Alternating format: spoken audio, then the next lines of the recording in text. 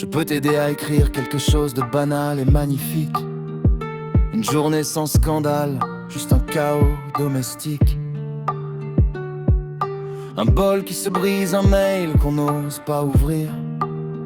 Un silence dans la cuisine qui commence à vieillir. On est déjà dans un quartier, une vue sur des toits, des slogans sur un cahier, la radio qui commente, la météo des loyers, la voisine qui raconte son chien comme un guerrier.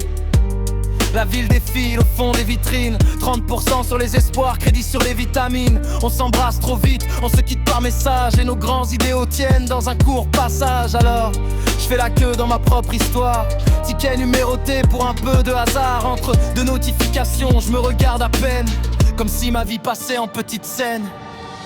Les architectes du récit, ce soir c'est nous perdus dans nos vies. On réécrit le monde à coups de demi-mots, autour d'un verre dans un métro trop plein, trop tôt.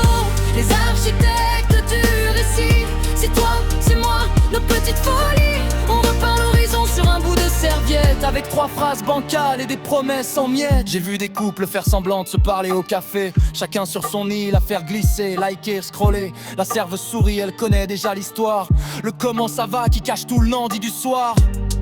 Le problème n'est pas le rêve, le problème c'est quand on le loue payable en 12 trêves. Quand le futur devient un scénario qu'on binge-watch en imaginant que c'est de le réel au débit vidéo. Y'a des coachs de vie sur les abribus qui vendent des raccourcis pour monter vers Vénus. Mais dans le bus de 23h, ça sent plus la fatigue que la grande destinée ou le miracle intrépide. Alors, je me perds dans la foule anonyme, dans les regards qui s'évitent comme des rimes. Et je me demande en silence, dans mon couloir, combien de vies tiennent dans un couvercle de tiroir. les architectes du récit, ce soir c'est nous perdus dans nos vies. On arrange le passé pour qu'il soit plus beau, on change 3 dates, on coupe les mots de trop. Les architectes du récit, c'est toi, c'est moi, nos petites folies. On met du doré sur les angles qui blessent. On dit c'est rien alors qu'on porte la tristesse. Pourquoi l'homme moderne sait tout mais sans si peu? Pourquoi tant de contacts, si peu de lieux?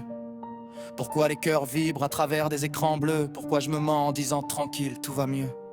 Je cherche pas de grands discours ni des héros en costard, juste un regard qui reste quand on éteint le bar. Parce que même le mensonge, dans les soirs de détresse, se déguise parfois en petite politesse. Les architectes du récit, ce soir c'est nous que lieu dans nos vies. On brode des miracles sur des détails tout près, un bus raté, une pluie, une cigarette. Les architectes du récit, c'est toi, c'est moi, nos petites folies. On tient l'équilibre au bord de nos défaites, avec 2-3 chansons et des rêves en maquette. Alors j'écris pour ouvrir les portes, pour donner un peu de poids aux choses qu'on croit trop mortes, à ces gestes minuscules qu'on fait sans y penser, qui changent la journée sans jamais s'annoncer. Et si demain tout s'effondre, si nos versions déraillent, il restera quoi? Peut-être simplement des voix qui se parlent sur le trottoir, à mi-voix.